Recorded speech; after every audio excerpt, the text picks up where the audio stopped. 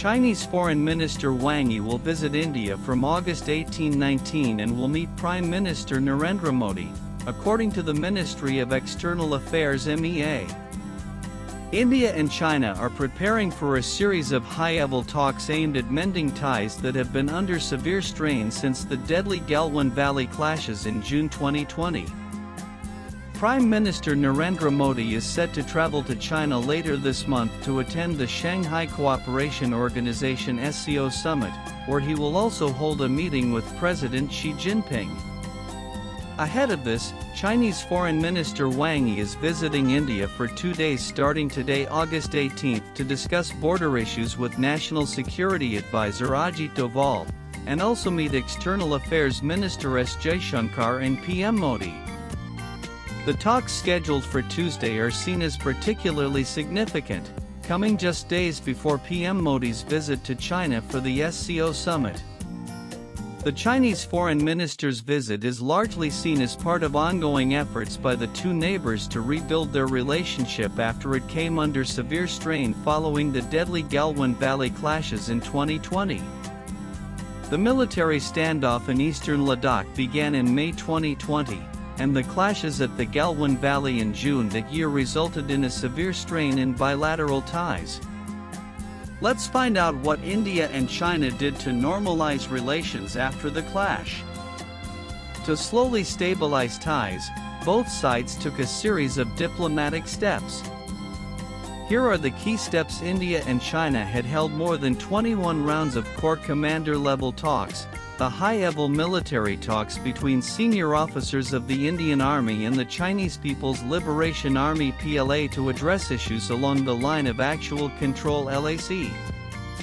These meetings began after the June 2020 Galwan Valley clashes, which plunged bilateral ties into their worst crisis in decades.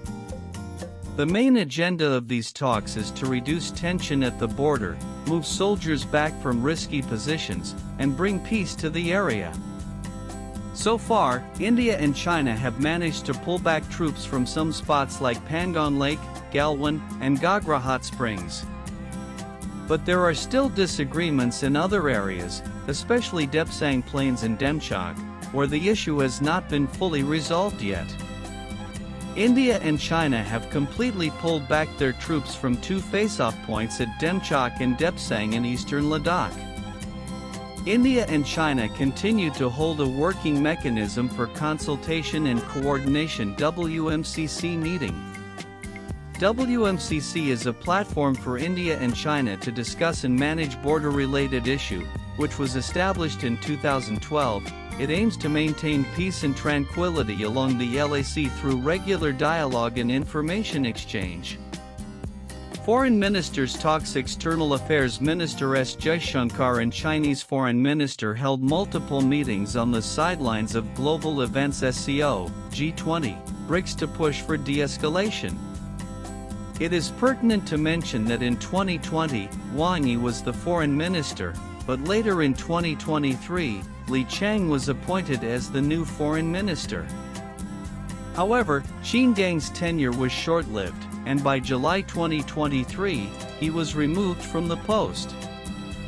Wang Yi once again assumed the role of foreign minister. National Security Advisor Ajit Doval and Chinese officials have also engaged multiple times on border issues under the framework of the Special Representatives Dialogue. High-level talks. PM Modi and Xi Jinping. After the Galwan clashes in 2020, PM Modi and President Xi Jinping met twice. First, in November 2022, they exchanged greetings on the sidelines of the G20 summit in Bali. However, in October 2024, during the BRICS summit in Kazan, Russia, for the first time, both leaders held their first formal talks in 5 years.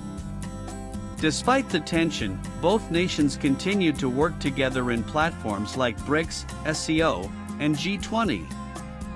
Even amid border tensions, bilateral trade actually continues to grow.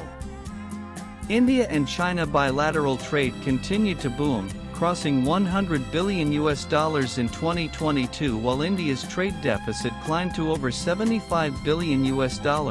according to trade data released by Chinese customs.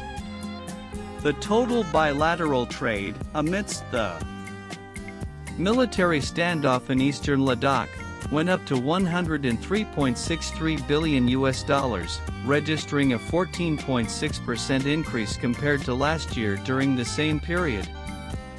India's imports from China include electronics items like smartphones and LED TVs, pharmaceuticals and chemicals, industrial machinery, plastic products and packaging materials, agricultural fertilizers, among others. India's exports to China include cotton yarn, organic synthetic substances, iron metal, fish, gems and jewelry, iron and steel, salts, and electrical apparatus. However, several Chinese apps like TikTok, WeChat, and UC Browser were banned, citing data security and sovereignty concerns.